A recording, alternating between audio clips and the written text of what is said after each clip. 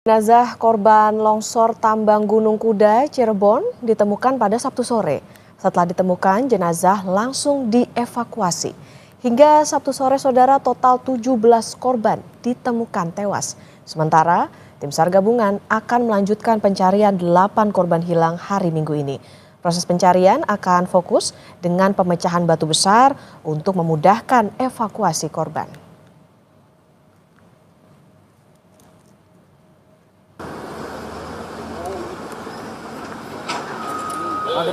Itu batunya sudah di breaker atau dipecah, itu harapannya bisa didorong ke bawah sehingga untuk tanah pun atau timbunan yang ada di atasnya itu bisa didorong ke bawah. Untuk jenazah harapannya bisa kita temukan. Ketiga korban tadi pas ditemukan tidak jauh jaraknya? Iya, berkumpul tadi kan di sebelah sektor kanan atau sektor timur. Ya. Dari kesaksian salah satu korban selamat, longsor berlangsung sangat cepat. Longsor yang membawa material bebatuan menimpa para pekerja tambang. Korban bisa selamat karena terlindung bebatuan besar yang berada di sampingnya.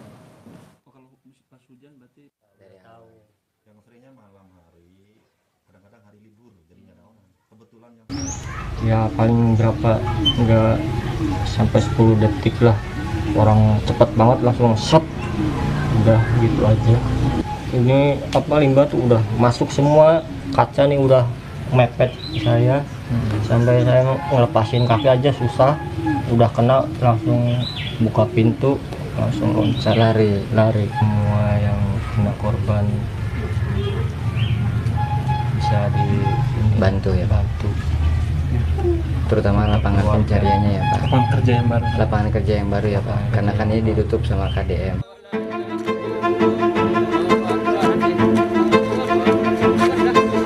Sabtu malam, 2 jenazah korban longsor tambang Gunung Kuda di Cirebon, Jawa Barat dimakamkan di tempat pemakaman umum Desa Cikesal.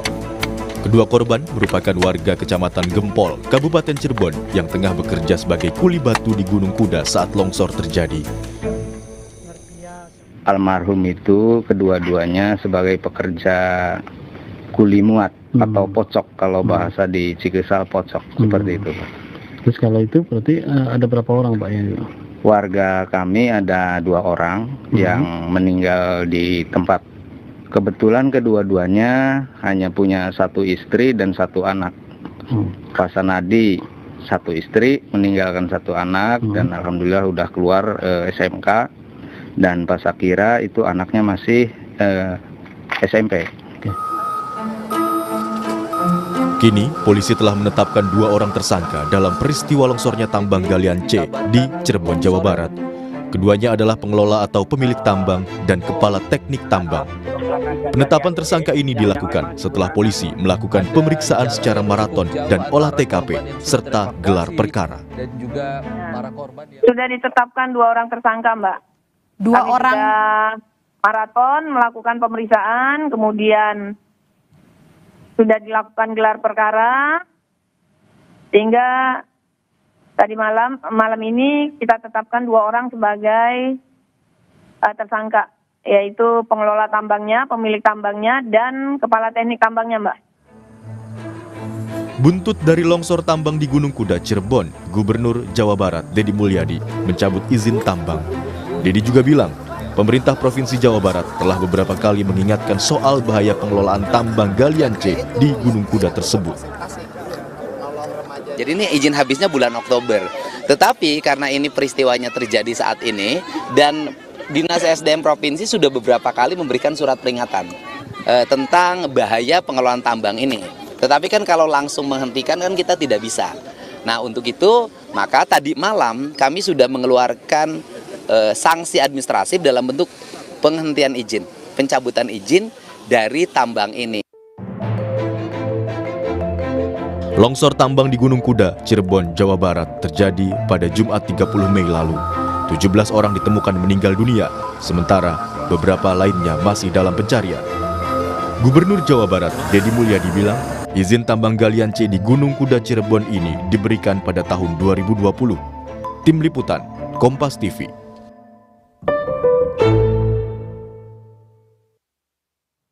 Pagi ini akan dilanjutkan proses pencarian dan evakuasi korban longsor tambang batu Gunung Kuda di Cirebon, Jawa Barat, Saudara. Dan untuk mengetahui informasi terkini, kita bergabung dengan jurnalis Kompas TV Benediktus Aditya dan juru kamera Hanil Rivelino. Selamat pagi Bene. Bene, apakah proses pencarian korban sudah kembali dimulai pagi ini dan di mana fokus titik pencarian korban dan apa sebetulnya fokus untuk hari ini, Bene?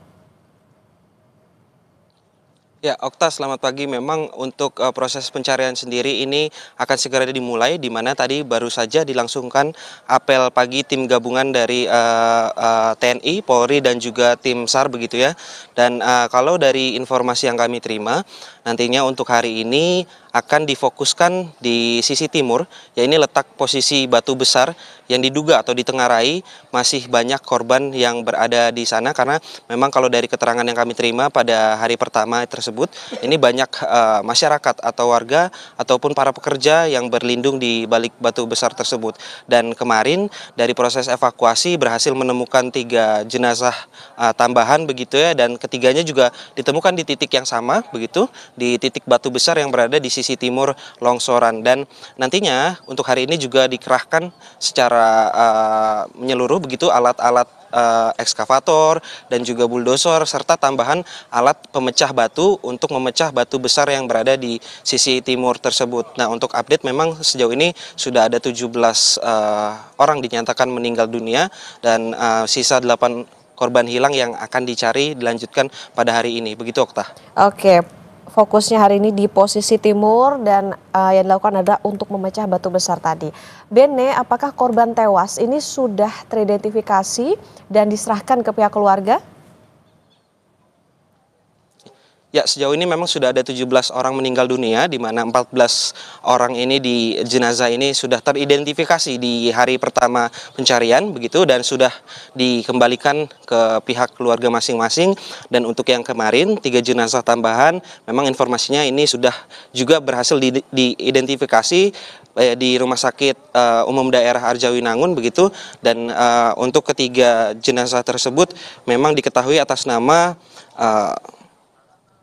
korban pertama ini atas nama Sunadi begitu, dan 2 tambahan korban lainnya yang ditemukan pada pukul 17.50 begitu. Ini artinya pada kemarin ditemukan di akhir-akhir proses pencarian sebelum akhirnya ini dihentikan proses pencariannya. Begitu, Okta.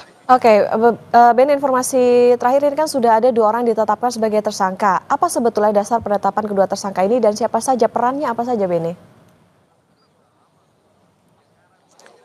Ya, benar, Okta. Memang kalau dari informasi yang kami terima, 2 hari kemarin memang pihak kepolisian sudah memanggil beberapa orang saksi begitu ya, setidaknya ada 6 orang saksi dan sudah ditetapkan 2 orang tersangka. Yang pertama ini atas nama Abdul Karim selaku Ketua Kepontren Al-Azhariyah yang mengelola tambang ini, dan juga yang kedua atas nama Ade Rahman yang selaku Ketua Teknis Tambang di tambang galian C ini, dan keduanya memang diduga ditengarai melanggar beberapa pasal, diantaranya Undang-Undang Perlindungan dan Pengelolaan Lingkungan Hidup, dan juga memang kalau dari keterangan kemarin ini diduga ada salah prosedur saat melakukan proses penggalian tambang batu kapur di Gunung Kuda ini, sehingga memang pasal-pasal yang dilayangkan juga terkait dengan Undang-Undang Perlindungan Kerja. Begitu, Okta. Oke, untuk hari ini proses pencarian dan evakuasi korban longsor tambang masih dilanjutkan, dan tadi informasi terkini sudah ada 2 yang jadi tersangka. Tentu kita tunggu bagaimana pendalaman dari polisi, termasuk juga soal bagaimana prosedur penambangan di sana. Terima kasih jurnalis Kompas TV Benediktus Aditya dan juru kamera Hanil Rivelino dari Cirebon, Jawa Barat.